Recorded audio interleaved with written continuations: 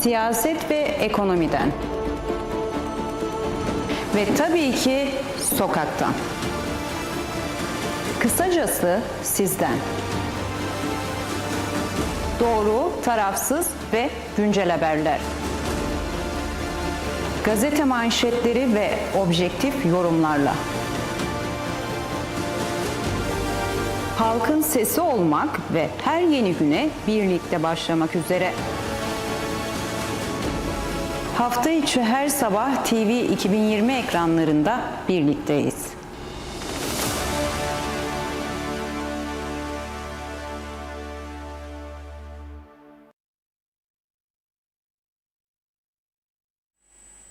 TV 2020 ekranlarından herkese günaydınlar, mutlu sabahlar değerli izleyenler. Güne merhabada her zaman olduğu gibi bugün de efendim bu sabahta ilk bölümde gazete manşetleri. İkinci bölümde ise konuğumuzla birlikte günü ve gündemi değerlendirmek adına yerlerimizi aldık ve turumuz başladı.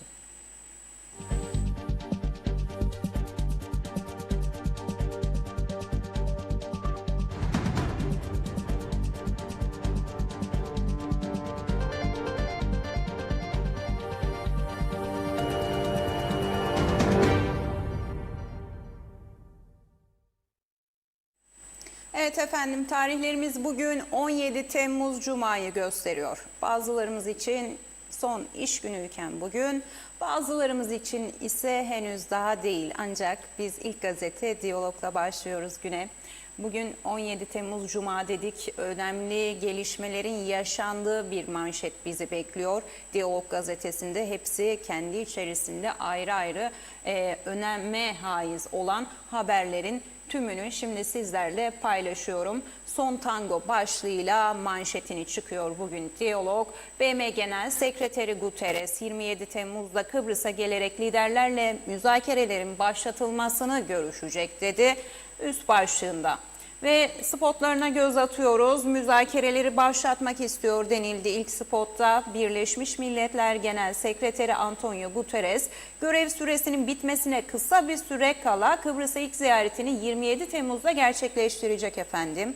Ve liderlerle ayrı ayrı görüşecek olan Guterres sayılmıyor. Guterres'in ziyaret öncesinde garantör ülke liderleriyle de görüşme yaparak Kıbrıs'ta çözüm konusunda cesaretlendirildiği de iddia ediliyor ifadeleri kullanılıyor. Dün BM'den de bir açıklama geldi konuya ilişkin ve ziyaret doğrulandı. İlk etapta bir söylenti mi acaba dedik Rum basında yer alan. Bundan önce işte yine gündemimizi günlerce teşkil eden, tartışmaları beraberinde getiren, işken artık bir çözüme kavuşması gereken bir konu olarak görünmediği düşünülse de pek de çözüme yanaşan taraf olmadığı düşünülse de iki toplum içinde, bu ada içinde artık nasıl bir formalize edilecek, nasıl bir planla çözülecek bilemiyoruz. Ancak bir çözüme kavuşması, özellikle de dünya konjonktüründe yaşanan gelişmelere paralel olarak bakıp değerlendirdiğimizde artık kesin gibi gözüküyor, zorunluluk gibi gözüküyor aslında kesinden de öte. Umarız bir sonuca varılır artık bu konuda. Evet efendim, dünün birbirinden önemli konuları dedik. Dün gözler tabii dışarıda bunlar yaşanırken bir yandan da binlerce dar gelirli çalışanın gözler yine onunla birlikte birçok insanın gözleri asgari ücrete çevrilmişti. Asgari ücrete dün %16.95 oranında zam yapıldı. Net rakam 61.677 TL oldu. Üçüncü görüşmede bir sonuca varacaklarını açıklamışlardı. İkinci görüşmede masaya oturan taraflar.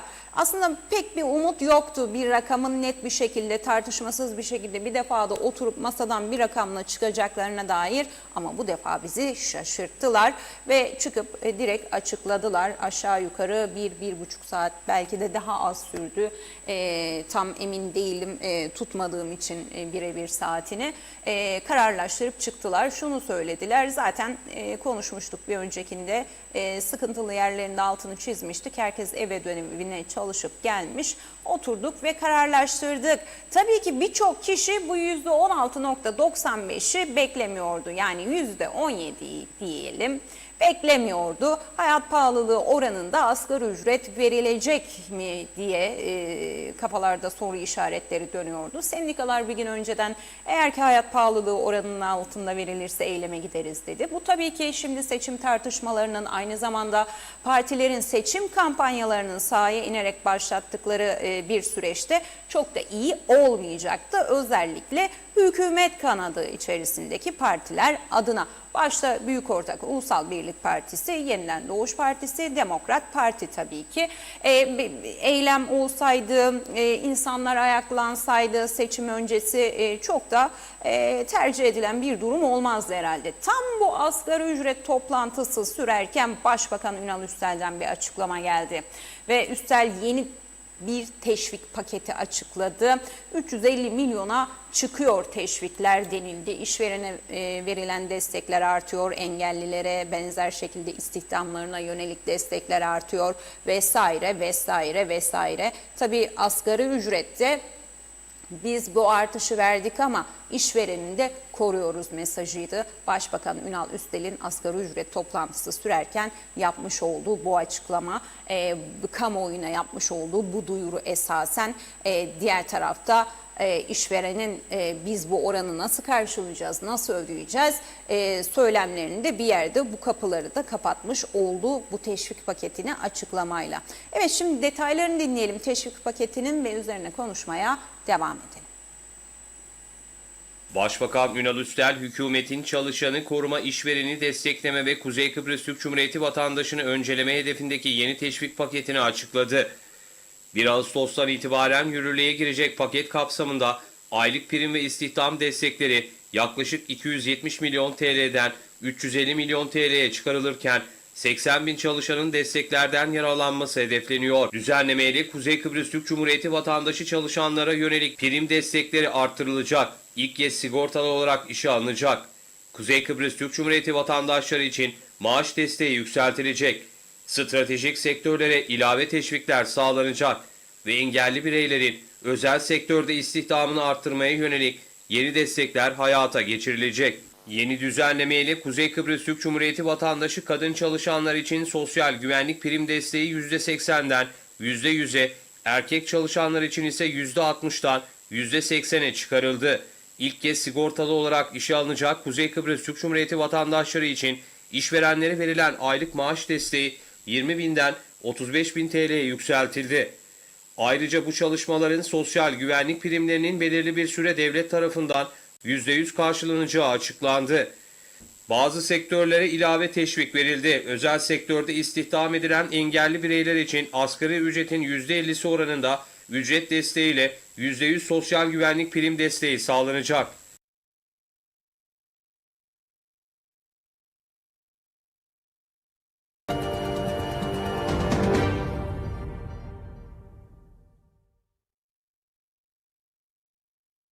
Evet, bunlar çok güzel gelişmeler, çok güzel açıklamalar.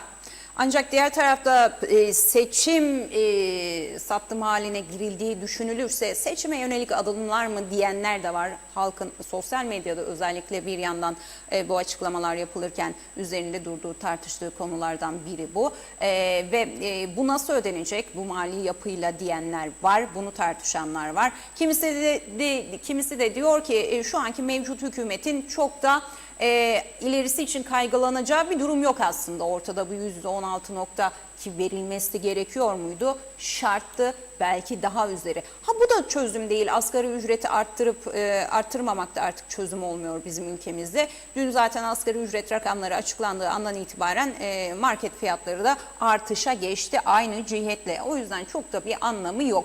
Ha evet, hükümet nasıl oldu da verdi 16.95'i diyenler de var. Hiç beklemiyor olan bir kesim de vardı dedik ya, şaşırdı hatta onlar ve onların da üzerinde durduğu, düşündüğü ileriye dönük hükümet tedirginlik duymuyor bu bozuk mali yapıya rağmen ki böyle bir şeyi kabul etmiyor hükümet.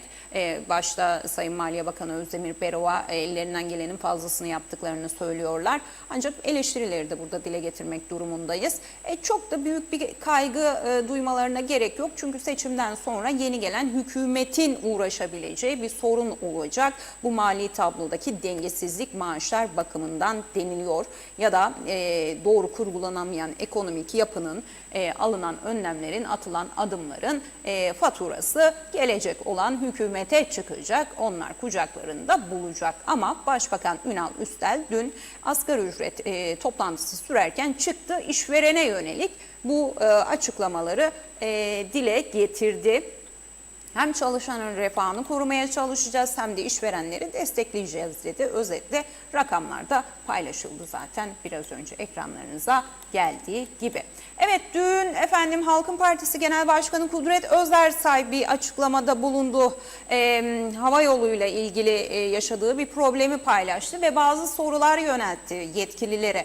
Onun öncesinde de gazeteci arkadaşımız Deniz Gürgöz efendim yine ülkeye gelirken havada yaşadığı paniği sosyal medya hesabından paylaşmıştı ve gündeme gelmişti. Böylelikle bu yaşanan birkaç örneğin üst üste gelişi kafalarda bazı soru işaretleri oluşturdu diyor.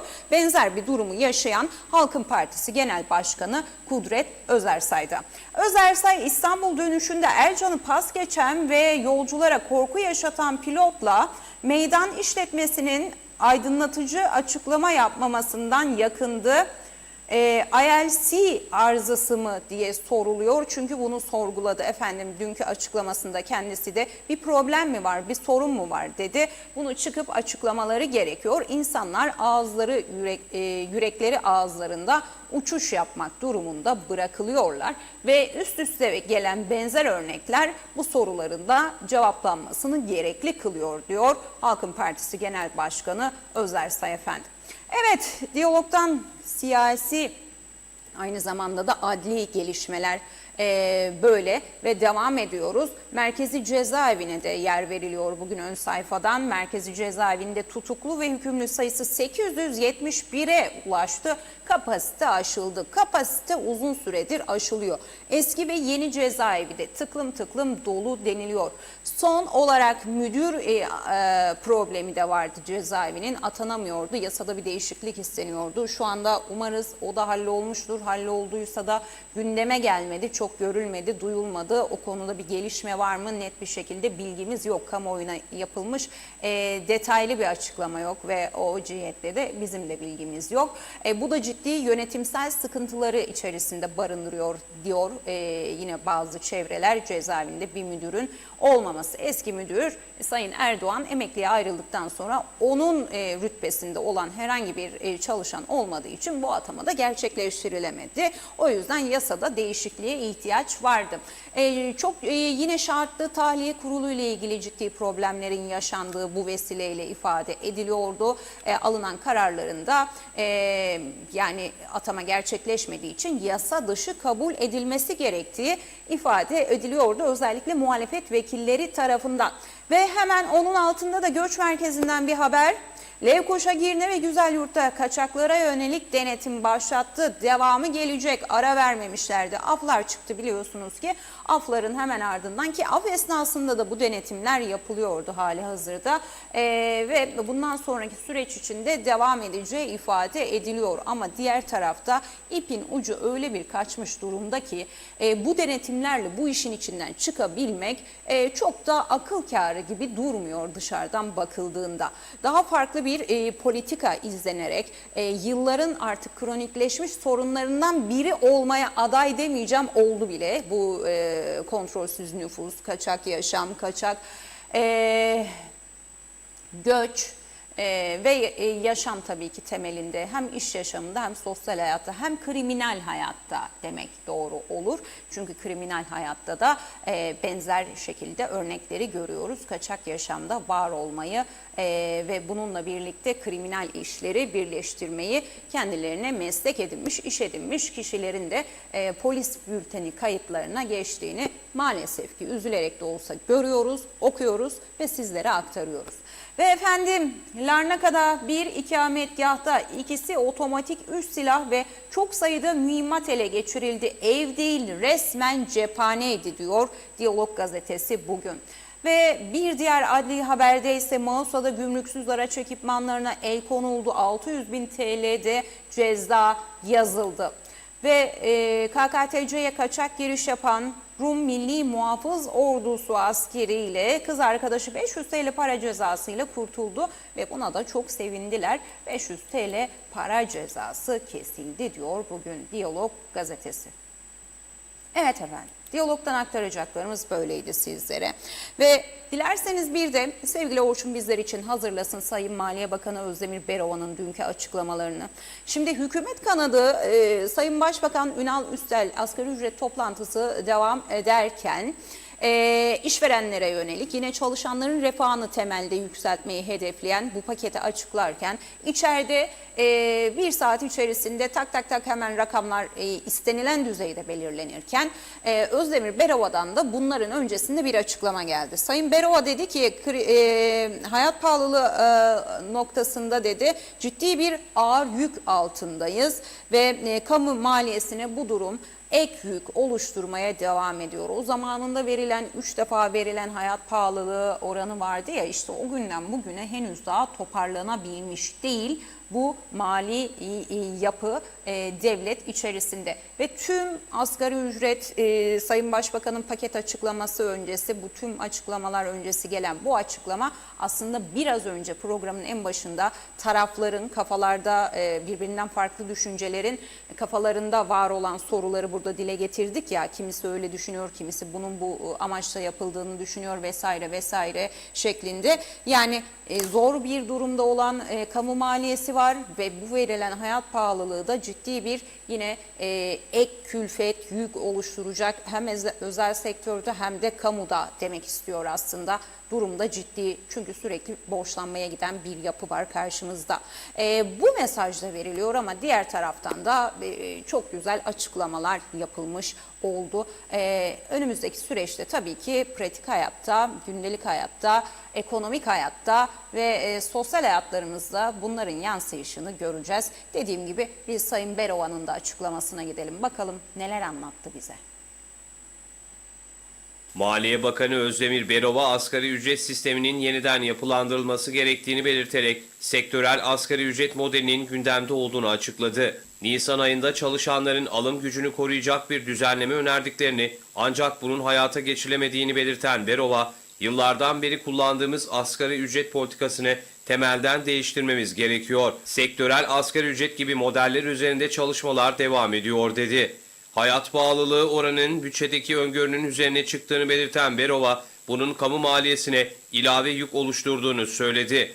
Berova, bütçemizi ilk 6 aylık hayat pahalılığı oranını %12 öngörerek hazırlamıştık. Ancak gerçekleşme %16,95 oldu. Bu nedenle kamu maliyesi üzerinde ek maliyet oluştu dedi.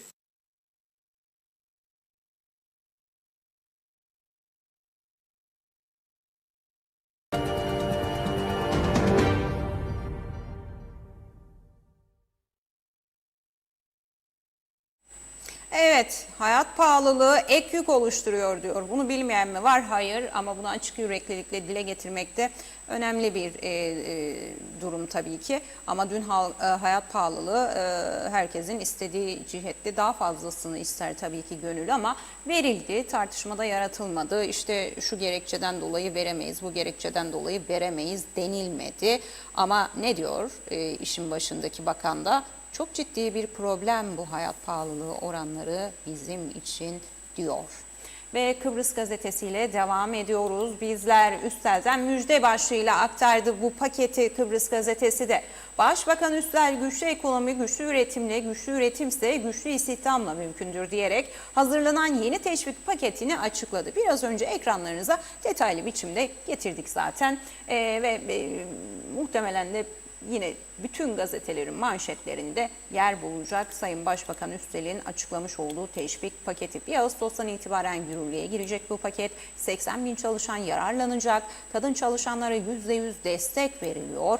İlk kez sigortalı olanlara süper destek de geliyor yine. Ve hemen manşetin altında Doğu Akdeniz gazı Avrupa'ya taşınabilir denildi. Uzmanlar Türkiye ile KKTC arasında yapılması planlanan doğalgaz boru hattının KKTC'nin enerji arzını güvence altına almanın yanı sıra doğalgaz ticaretinde yeni bir dönemin kapısını aralayabileceğine dikkat çekiyor dedi. Tam da bunu ben sizlere aktarmışken efendim sevgili Orçun'dan bir ricada daha bulunalım. Elektrikle ilgili bir haberimiz var Rum basınında sevgili Orçun. Gördün mü acaba? Güney Kıbrıs'ta da durmuyor efendim. Güney Kıbrıs'ta durmuyor. Bakın onlar ne yapmış?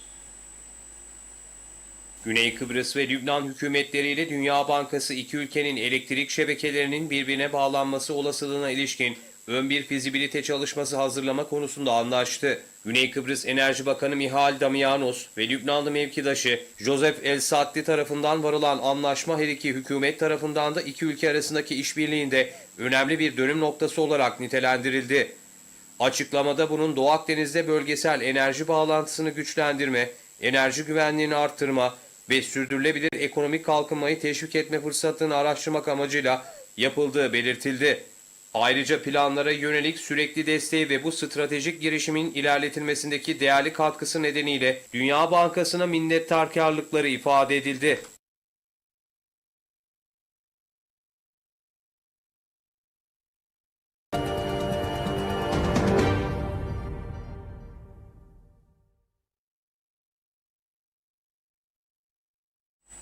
Öncülüğünü Dünya Bankası'nın yaptığı Lübnan'la elektrikle bağlantı projesi de şu anda Güney Kıbrıs Rum yönetiminin gündeminde. Onları heyecanlandıran bir proje olarak yansıtıldı dün itibariyle.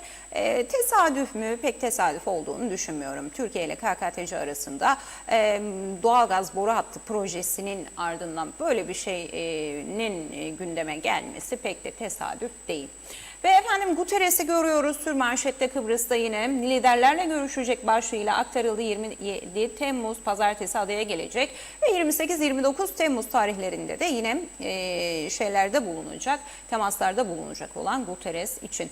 Rum'un Schengen oyunu Güney Kıbrıs Schengen bölgesine katılım için teknik çalışmaların sonuna geldi.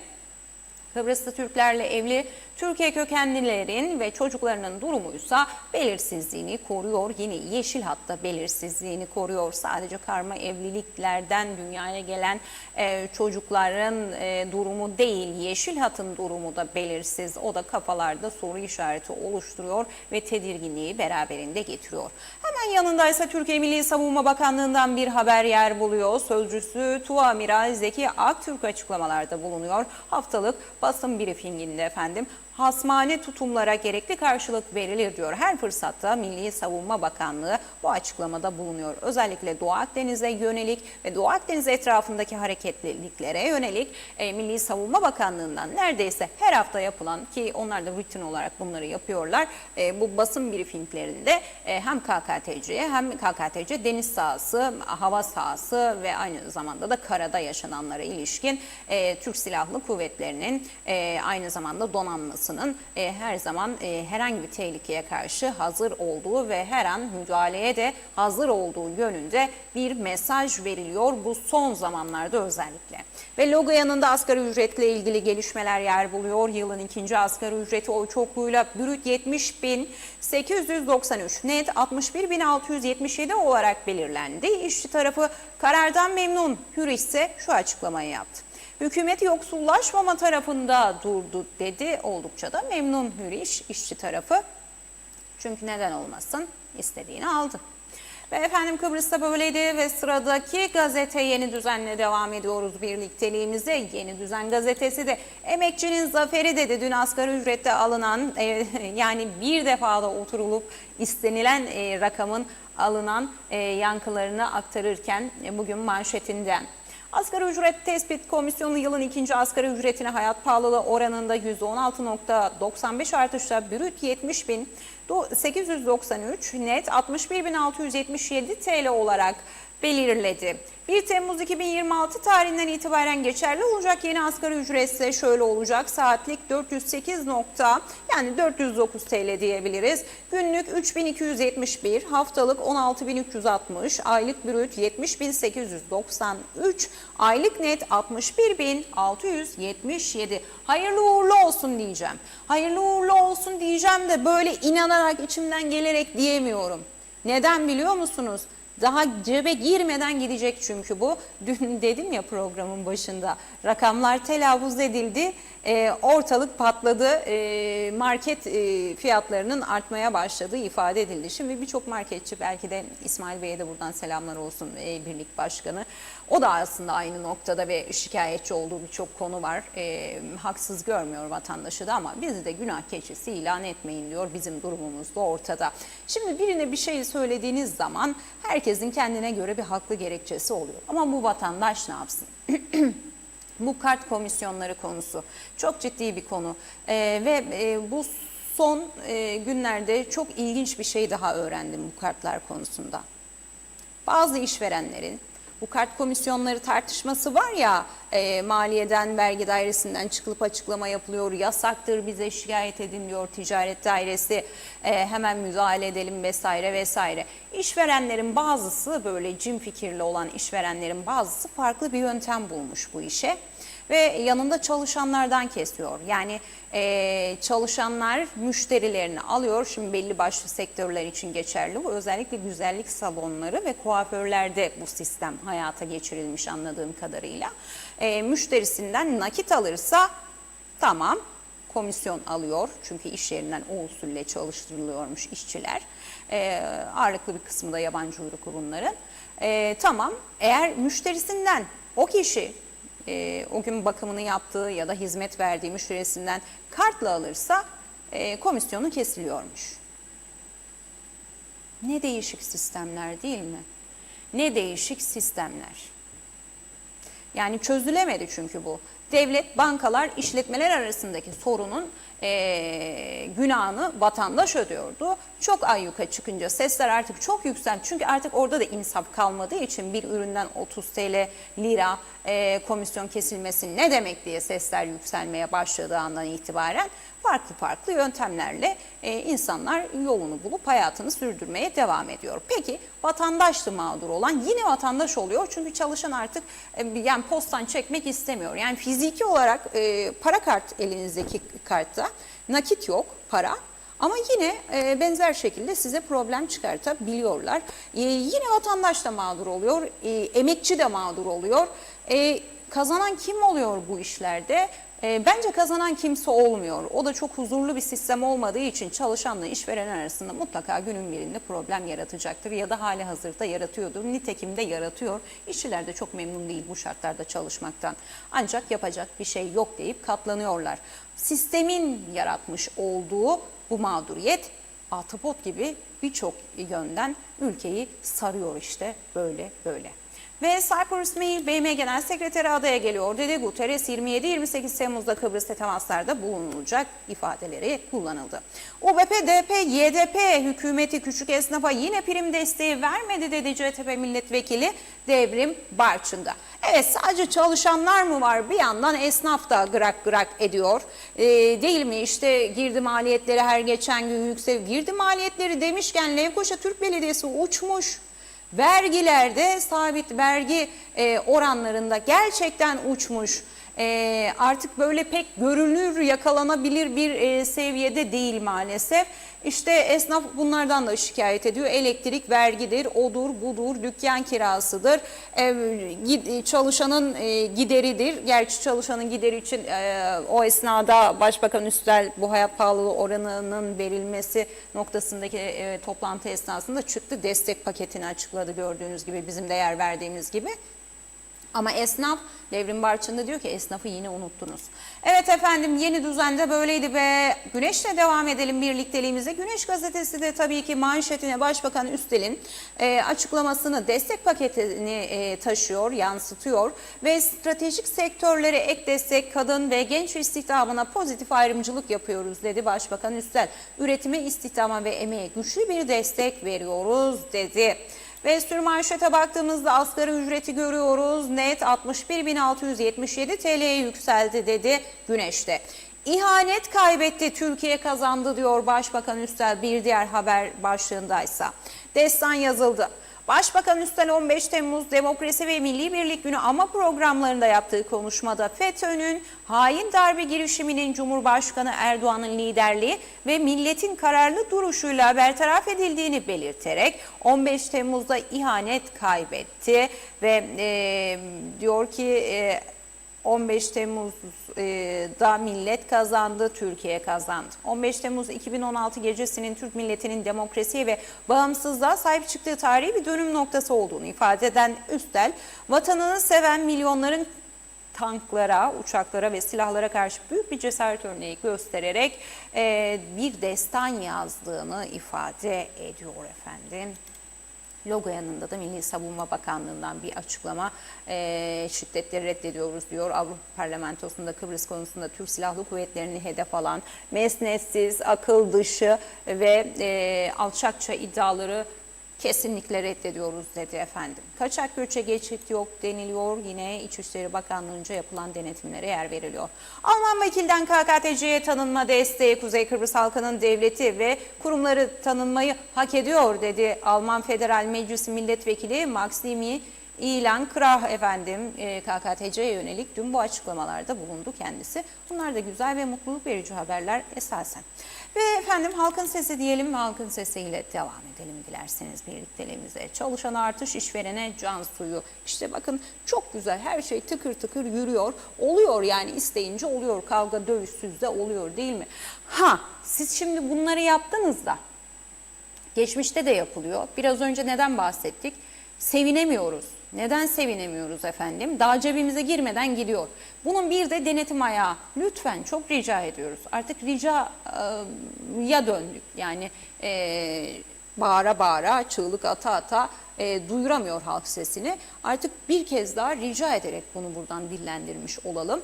Denetim, piyasalarda denetim, dünyanın hiçbir yerinde olmayan serbest piyasa ekonomisi adı altında hayat bulan bir ekonomi sistemi var gündelik hayatlarımızda, ticari hayatlarımızda maalesef ki vatandaşlar olarak bizlerin. O yüzden bunlar yapılıyor, her şey çok güzel ama siz denetimi de çözmediğiniz andan itibaren hiçbir manası ve anlamı kalmıyor. Geçmişte bunu da çok konuştuk, tartıştık. Bir anlam ifade etmediğini sahada da net bir şekilde gördük değil mi? Neden? Çünkü bir işe yaramadı verilen bu destekler ve artışlar. Çünkü piyasa direkt eritti. Daha verilmeden eritti birçok şeyi. Beş parmağın beşi de bir değil ama dürüst olmayan ve krizden fırsat yaratmaya çalışanlar, krizi fırsata çevirmeye çalışanlar da var. O yüzden doğru kurgu çok önemli bu işlerde. Siz bu taraftan arttırırsınız, destek verirsiniz ama diğer tarafta sahaya bir bakarsınız ki gündelik hayata, vatandaşa hiçbir etkisi olmamış. Neden?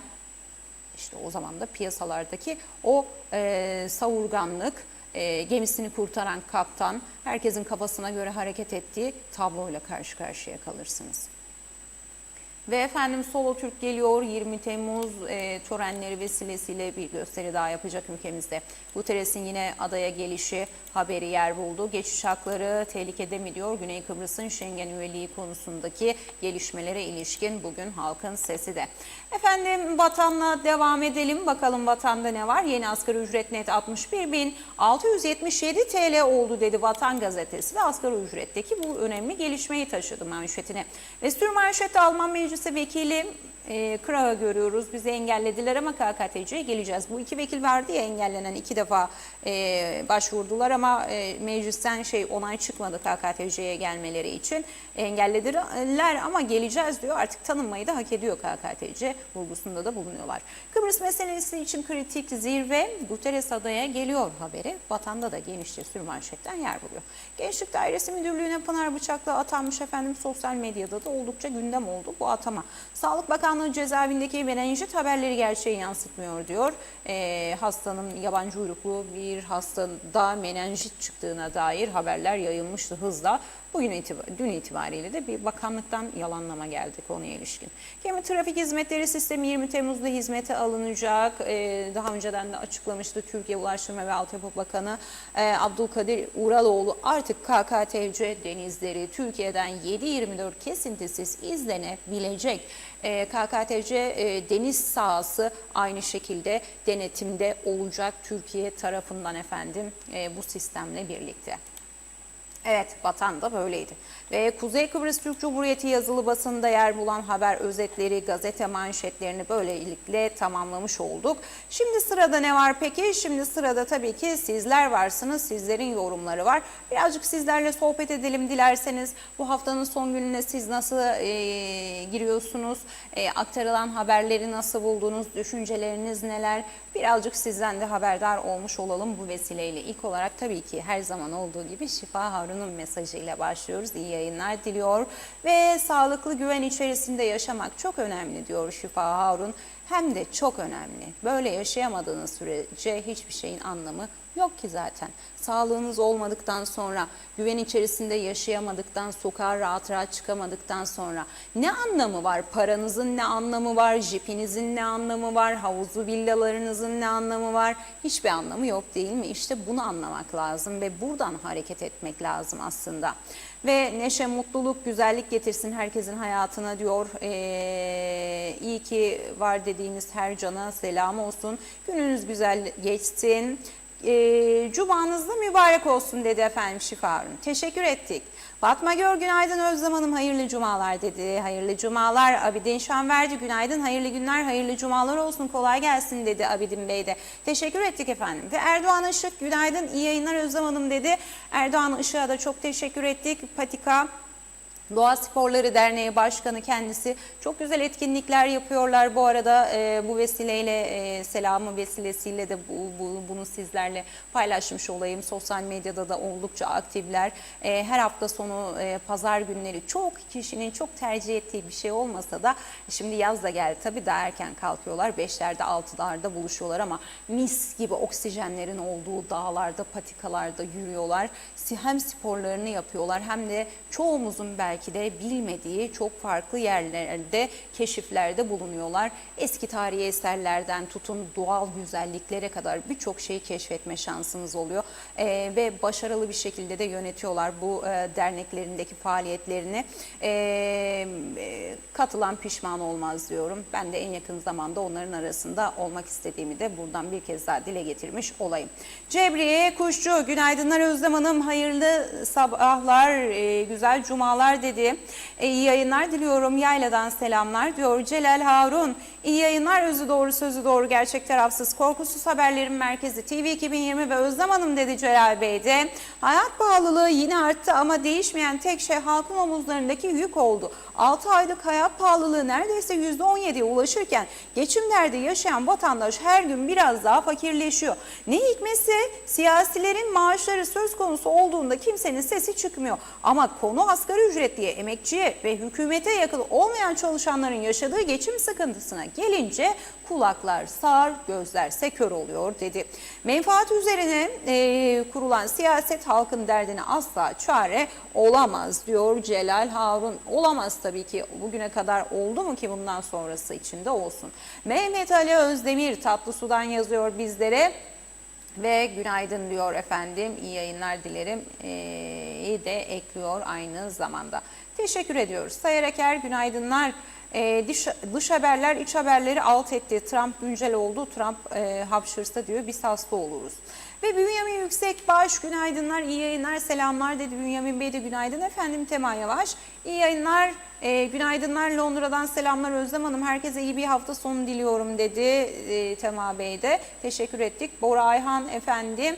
Günaydın hayırlı sabahlar Çanakkale'den selamlar iyi yayınlar dedim. Ramazan Zaza Aslan efendim yine bizlerle. Rojbaş günaydın kolay gelsin Özlem Hanım. İyi yayınlar diliyorum dedi. Diyarbakır'dan selamlar.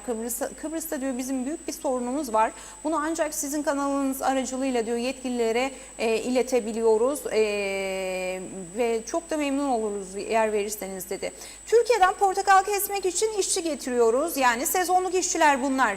Size kısa kesiyorum. Türkiye'den Kıbrıs'a kadar bütün masrafları bize ait. Yani kontrat diyor aşağı yukarı işçi başı 20.000 TL. Ve sezon bitince işçileri Türkiye'ye tekrardan gönderiyoruz diyor. Siz gidin diyor Cyberfax'te ödemeler çıksın paranızı göndereceğiz bazı kontratlar diyor 2 ay önce iş yok diye işçileri Türkiye'ye gönderdiler. Hala diyor paraları ödenmedi. Burada kavga ediyorlar diyor. İnanamayacaksınız. Hatta çok ciddi bir boyuta vardı bu kavgaların geldiği nokta diyor. Ben oralara yer vermiyorum. Ve bu kadar mağduriyet olmaz diyor. Cyberfax'e eleştirilerde bulunuyor. Onlara seslenince bu insanlara diyor paralarını çıkarsınlar diyor. Biz suçlu oluyoruz ama artık bu çile bitsin, bu paralar da çıksın, bu insanların paraları diyor efendim Ramazan Zaza Aslan'da. Arif Mustafa Cüce günaydın, hayırlı cumalar, iyi yayınlar, kolay gelsin Özlem Hanım sizlere dedi. Teşekkür ediyoruz efendim, sağ olun. Celal Harun yalancı insan dedi. Yalan söyleyen insanlar ne zaman nerede hangi yalanı söylediklerini hatırlamadıkları için sürekli yalan söylerler. İşte öyle de olunca o yalan ayağınızda dolanıyor. Yalanı yalanla kapattığınızda ve sürekli söylediğinizde hatırlamadığınız için ortaya çıkıyor zaten söylediğiniz yalan. Bir amacınıza da ulaşamıyorsunuz ki niye ekstra gereksiz yere efor sarf ediyorsunuz. O da enteresan. Mustafa Kombu günaydın Özlem Hanım, hayırlı cumalar, güzel günler, sağlıklı güzel bir hafta sonu geçirmenizi diliyorum dedi. Herkes için öyle olsun efendim. Ve Serdar Cesurer günaydın, hayırlı sabahlar, iyi yayınlar dilerim Özlem Hanım dedi. Mahmut Taşdemir de günaydın, hayırlı yayınlar Özlem Hanım, kolaylıklar diliyorum diyor Mahmut Bey de. Efendim çok teşekkür ediyoruz. Değerli katkı ve yorumlarınıza sağlık. Hepiniz için güzel bir hafta sonu olsun. Ben de öyle bir dilekte bulunayım. Ve güzellikler getirsin bize her gün. Yeni her zaman Şifa'nın da dediği gibi yeni başlangıçlarla gönlümüz huzur, mutluluk ve şu içinde olsun. Her güne böyle başlayalım. Ve şimdi nereye gidiyoruz? Yorumlarınız için bir kez daha teşekkür ettikten sonra tabii ki Türkiye'ye uzanıyoruz. Ve de Türkiye'ye gidelim. Bakalım orada neler yaşanıyor ve neler konuşuluyor.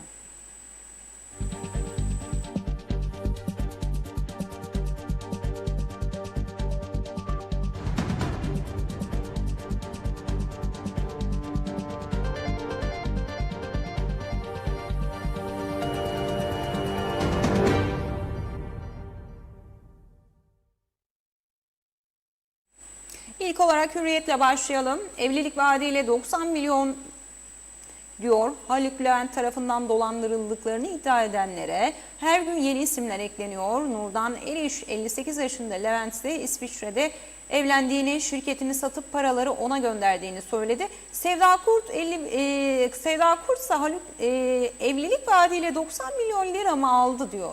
Ya arkadaşlar ne işler dönüyormuş ya. Gerçekten ne işler dönüyormuş. Hepimiz şok içerisindeyiz.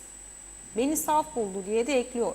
Peşimde mafya var dedi. Ahbap soruşturmasında gözaltına alınan Nurdan Eriş, mahkemedeki sorgusunda Haluk Levent'in kendisini dolandırdığını söyledi.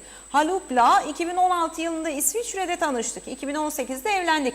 2018'de şirketimi sattım, paraları ona gönderdim. Borcum var, tefeciler var, peşimde mafya var diyordu. Ona inandım, Eriş tutuklandı. Haluk Levent, bekarım diyor o da. Ahbap şüphelilerinden Sevda Kurt da Levent'i suçladı. 20 yıl ABD'de yaşadım. Bir aileye yardım etmek isterken Haluk'la tanıştım. Benimle evlenmek istedi. Borçları ödersek evleneceğiz dedi. ABD'deki paralarımı buraya aldım. Kendisine 90 milyon lira verdim. Mahkeme kurtu adli kontrolle serbest bıraktı. Levent ise bekarım savunmasında bulunmuş. İş daha farklı yönlerde de dallanıp budaklanıyor gördüğümüz kadarıyla. 70 milyon dolar veren serbest diyor. Esin Önder Çağlayan ev hapsiyle tahliye edildi. 1,5 milyon dolar veren tutuklu Ece Güner ise, avukat Ece Güner ise cezaevine gönderildi. Tabii 14-19 kişiden bahsediliyor. Ve Kıbrıs'ta son bir deneme adımı denilmiş. Guterres'in ada ziyareti El Hürman'la el sıkıştığı fotoğraf temelli fotoğrafla süslenerek bugün Hürriyet'te verilmiş, yer bulmuş. Cumhuriyet'e bakalım efendim. Cumhuriyet Gazetesi de başkanlara özel formül diyor manşetinden. CHP'den kurulacak partiye geçişlerde öncelik milletvekili ve örgütlü olacak. Bölücülük yakıştırması denildi ilk spotta da. CHP'nin atanmış yönetimi seçimle gelen 8 il başkanını daha görevden aldı. Butlan yönetimi sözcüsü Müslim Sarı, Özgür Özel kanadının olağanüstü kurultay hamlesini kayyımcılık ve bölücülük olarak niteledi. Sara Özel'in yeni parti hazırlıklarına ise dünyanın hiçbir yerinde böyle bir durum söz konusu olamaz ifadelerini kullandı. Mutlancılar hedef alabilir. CHP'de yeni parti hazırlıkları yapan Özgür Özel kanadı ise partiye katılımda önceliği milletvekili ve parti örgütlerine verecek. Belediye başkanları için ayrı bir çalışma yapılacak. Özel ve ekibinin belediye başkanlarının yeni parti tartışmasında mutlancıların hedefi haline getirmeyecek bir formül üzerinde çalıştığı da belirtiliyor dedi Cumhuriyet Gazetesi bugün manşetinden. Hemen altındaysa NATO işkenceleri denildi. Ankara'daki zirve öncesinde gözaltına alınan, yine gözaltı sürecinde kötü muamele iddialarına inceleme başlatıldı. Bu kişilere yönelik iddialara yönelik inceleme başlatıldı deniliyor. İstanbul'da tutuklanan 9 kişinin suç duyurusunda şu iddialar yer aldı. Kapılar kırıldı. Üzerlerini değiştirmelerine izin verilmedi. Ters kelepçeyle darp edildiler. Rızaları dışında telefon şifreleri açıldı. Yine getirilen kıyafetler verilmedi. Bu sırada biri avukat, 2 kişi darp edildi diyor. İddialar bu yönde. Efendim NATO eyleminde gözaltına alınan kişilerin iddiaları tabii ki bunlar. Ve efendim Sözcü diyelim, Sözcü'yle devam edelim birlikteliğimize. Sözcü gazetesi de kurşun apolet sormadı, iktidar neden soruyor ki diyor. Güven Park'ta bekleyen gazilerle sabahladı. Vatan için gözünü bacağını feda eden ergazilerin adalet arayışı 5. güne girdi. Rütbelerle eşit hak isteyen gaziler işte böyle haykırdı. Ankara'nın göbeğinde günlerdir eylem yapıp seslerini duyurmak isteyen ve terör gazisi erlerle şehit ailelerinin derdini gazete dinliyor. Gaziler maaşlarıyla özlük haklarının iyileştirilmesini istiyor. Hainlerle savaşırken kurşun rütbe sormadı ama şimdi rütbeler gibi emsal maaş alamıyoruz. Projetlerimizin masrafını karşılayamıyoruz diyor efendim ilgili kişiler. Öğretmenlere ters kelepçe denilmiş, hemen altında da NATO zirvesi için ara verilen eylem yine gözaltıyla başladı. Özel sektör öğretmenleriyle mülakat mağdurları insanca geçim maaşı verilsin, atama haksızlığı bitsin dedi. Cevap dayakla 46 gözaltıyla geldi dedi Sözcü. Akşamla devam edelim. Akşam gazetesiyle. Haluk korkunç bir dolandırıcı diyor Akşam gazetesi manşetinden. Tutuklanan avukattan işte böyle şok ifade dedi. Ahbap Derneği üzerinden mağdur edildiğini savunan avukat Ece Güner, Haluk Levent bir yıl boyunca bana kan ağlattı. Bu kişi korkunç bir dolandırıcı dedi. Ve 25 milyarlık para trafiği MASA'nın verilerine göre derneğin kurucularından Alper Çelik, organizasyon sorumlusu Zafer Yay ve Mali İşler Müdürü Emrah Gödelin'inler, ilginç bir soyadı var. Yaklaşık 25 milyar liralık para hareketi bunların hesaplarında tespit edilmiş. Normal değil ya arkadaşlar, normal değil gerçekten, birçok şey normal değil yani bu olayın içerisinde MASA'nın incelediği. Ha şu yönü de var, Türkiye'de tartışılıyor ağırlıklı olarak, konuşturmuyorlar beni diyor. Yani bu işin içinde ben bir tek değilim günah keçisi diyor. Kimse de sütten çıkmış ak kaşık değil diyor Haluk Levent. Böyle de bir durum var. Evet efendim, akşam da böyleydi. Sizlere aktarmaya çalıştığım gibiydi. Ve evet, böylelikle gazete manşetleri turumuzun sonuna gelmiş olduk. Şimdi kısa bir ara veriyoruz. Konuğumuzla birlikte sizlere dop dolu bir program hazırladık.